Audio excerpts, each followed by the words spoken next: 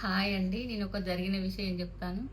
ఒక ఊర్లో ఒక భార్యాభర్తలు ఉండేవాళ్ళు. వాళ్ళకు పిల్లలు పుట్టలేదు. 10 ఇయర్స్ అయినా పిల్లలు పుట్టలేదండి. వాళ్ళు ఎన్ని పూజలు, ఎన్ని వ్రతాలు, ఎంతమంది అయ్యగారులు, ఎంతమందో దగ్గరికి చానా డబ్బులన్నీ ఖర్చు పెట్టిండ్లంట. అసలు ఎందుకు పుట్టలేదని ఒక ఊర్లో మంచి గురువు చానా సాధన చేసిన గురువు దగ్గరికెళ్లారండి.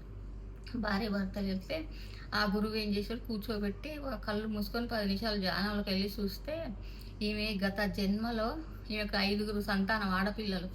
చాలా ఇబ్బందులు, ఆర్థిక సమస్యలు వాళ్ళని పోషించలేక చాలా బాధపడేది. భర్తకి ఎక్కువ పని లేకుండా బాధపడేసరికి ఆమె అప్పుడు అనుకున్నది, మనస్ఫూర్తిగా అనుకున్నది. ఏమనంటే, అబ్బా! ఏ జన్మలైనా ఇగ నాకు పిల్లలొద్దు, ఈ బాధ నేను భరాయించలేనని గట్టిగా ఊకే అనుకునేదన్నట్టు.